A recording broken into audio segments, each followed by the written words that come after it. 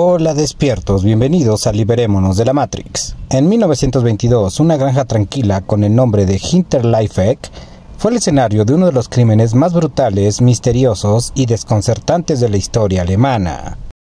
Hinterkaifeck era una finca ubicada en el bosque Grünberg, a una hora en coche de Múnich.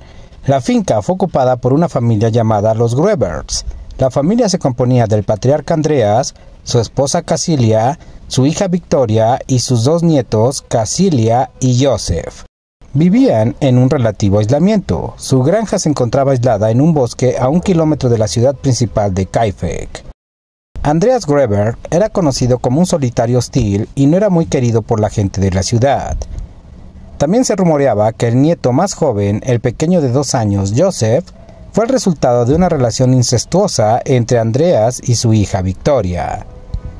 Andreas se decía que estaba tan obsesionado y enamorado de Victoria que él había prohibido activamente que se casase de nuevo y la mantuvo bajo su estricto control. En general, la familia era hosca y huraña. El único miembro de la familia que tuvo una relativamente buena reputación en la ciudad era Victoria, que tenía muy buena voz y cantaba en el coro de la iglesia. El misterio de la granja comenzó cuando la trabajadora doméstica María de repente renunció a su trabajo y se fue de inmediato de la casa. Cuando se le preguntó por qué se había ido tan precipitadamente, María explicó que había estado oyendo voces extrañas y otros ruidos en los alrededores de la casa, así como el sonido de pasos desencarnados que emanan desde el ático. Ella, asolada de terror, se había convencido de que la casa estaba embrujada y no deseaba permanecer allí ni un momento más.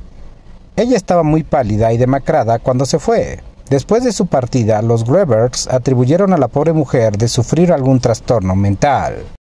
6 meses más tarde, las cosas se pusieron más extrañas, cuando a mediados del mes de marzo de 1922, Andreas estaba inspeccionando su propiedad después de una tormenta de nieve, y descubrió unas huellas extrañas en la nieve que salían del bosque circundante y se dirigían hacia la casa. Extrañamente, no había huellas de regreso de nuevo al bosque. Andreas buscó alrededor de la propiedad en busca de cualquier señal de las pisadas misteriosas, pero no había ninguna. Alarmado que un intruso podía haber estado escondido en su casa, Andreas realizó una búsqueda exhaustiva, e incluso en el granero y cuarto de herramientas, pero no encontró más huellas y no había señales de un intruso. Esa misma noche, Andreas fue despertado por ruidos extraños e inexplicables procedentes del ático. Miró allí también, pero no encontró a nadie.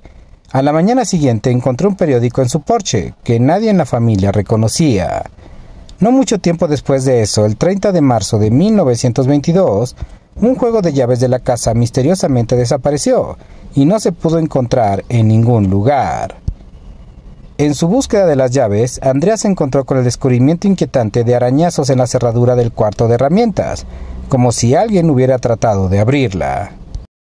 El 31 de mayo de 1922, en medio de todos estos sucesos extraños, y un día después del descubrimiento de los arañazos de la cerradura y la desaparición de las llaves, una nueva trabajadora con el nombre de María Baumgartner llegó a la casa para reemplazar a la que había huido en estado de pánico 6 meses antes. El primer día de María en el trabajo resultaría ser su último día, y también sería el último día en que alguien viera a los Gröberts vivos. Ya que el 4 de abril de 1922 las gentes de la ciudad comenzaron a preocuparse por los Gröberts. Nadie los había visto en días y el nieto mayor, Casilia, no se había presentado a la escuela. Además, ninguno de ellos había ido a la iglesia y el correo de los Gröbert se había acumulado en la oficina de correos. Victoria en particular nunca había faltado a la iglesia debido a su alta posición como miembro del coro. Algunos de los habitantes del pueblo decidieron ir a su propiedad y comprobar qué era lo que estaba pasando. Al llegar a la granja, las llamadas del grupo de búsqueda no fueron respondidas. Un vistazo preliminar de la parte exterior de la finca no dio ninguna señal de la familia, y todo el lugar tenía una atmósfera extrañamente tranquila. Decidieron inspeccionar el interior del granero, y al abrir la puerta se encontraron con un espectáculo macabro. Allí estaban los cuerpos de Andreas, su esposa, su hija Victoria y la nieta mayor, Casilia, sin vida. Curiosamente, sus cuerpos habían sido apilados cuidadosamente uno encima del otro y cubiertos de heno. El equipo de búsqueda, horrorizado, procedió a buscar frenéticamente a los otros miembros de la familia y los encontró dentro de la casa. El nieto más joven, Joseph, fue encontrado en su cuna en la habitación de su madre, y la trabajadora María también fue encontrada en su habitación en la cama. La gente del pueblo inmediatamente llamó a la policía y en cuestión de horas los investigadores del Departamento de Policía de Múnich habían llegado al lugar. Las autopsias preliminares realizadas en los cuerpos mostraron que todas las víctimas habían sido golpeadas en la cabeza. La mayoría de ellas estaban vestidos de ropa de cama, excepto Victoria y Casilia, que estaban vestidos de ropa de civil. Esto, más el hecho de que María y Joseph estaban en la cama, sugirió que esto había ocurrido en la noche, justo antes de la hora de dormir. Si hasta ahora el análisis de los cuerpos era temible, se presentaron algunos hallazgos muy inusuales. La fecha de la muerte se determinó que fue el viernes 31 de marzo de 1922, pero después de interrogar a los vecinos de la finca, esto resultó ser bastante extraño.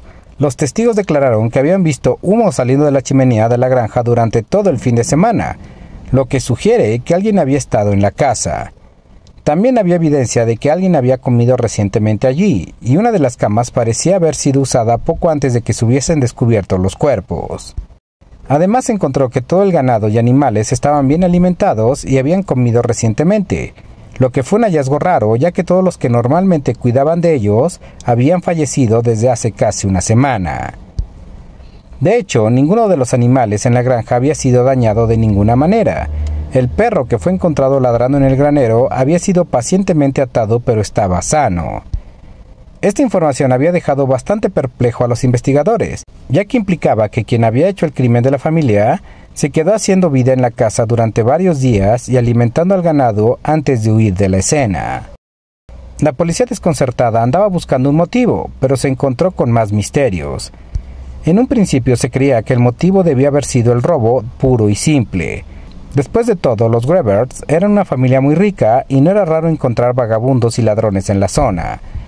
Sin embargo, aunque algo de dinero faltase, una importante cantidad de monedas de oro y joyas de valor no habían sido robadas. Seguramente un ladrón que hubiese pasado los días en la granja habría descubierto esos objetos de valor. Curiosamente se encontró que Victoria había vaciado su cuenta bancaria unas semanas antes y dio una donación de 700 Goldmark a su iglesia. Pero no se sabe si esto tenía alguna conexión con el crimen, por lo que se mantuvo meramente como un detalle extraño. Las sospechas recayeron sobre un hombre con el nombre de Loret Schiltenbauer, que había sido un pretendiente de Victoria. Ella siempre había afirmado que Joseph era hijo de Schiltenbauer. Se creía que él podía haber hecho los crímenes en un arrebato de celos. También podría haber sido para escapar de los pagos de la pensión alimenticia, ya que más tarde se supo que Victoria había estado a punto de demandar a Schiltenbauer por este derecho antes del crimen. Otros pequeños detalles extraños también parecían apuntar a la participación de Schiltenbauer. En primer lugar, él fue uno de los miembros del primer grupo de búsqueda, que habían ido a la finca para buscar a los Greberts. Mientras estuvo allí, se informó de que el perro atado en el establo había tomado una aversión particular hacia Schiltenbauer y le había ladrado profusamente todo el tiempo que había estado ahí. Además, un testigo dijo más tarde que Schiltenbauer había parecido imperturbable por la visión de los cuerpos y pudo moverlos en el granero sin mostrar ninguna señal de disgusto. Cuando se le preguntó por qué le estaba moviendo los cadáveres antes de que llegara la policía, dijo que estaba buscando a su hijo. Más allá de una calma increíble ante estos decesos y la violencia, Schiltenbauer también demostró un conocimiento de la granja y fue capaz de moverse alrededor de la propiedad sin esfuerzo, como si hubiera pasado mucho tiempo allí.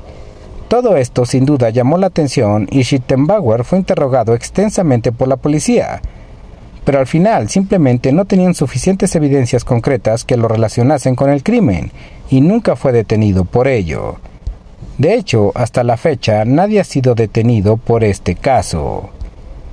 Independientemente de quién realmente cometiese esta atrocidad, hay muchas otras características inexplicables del caso.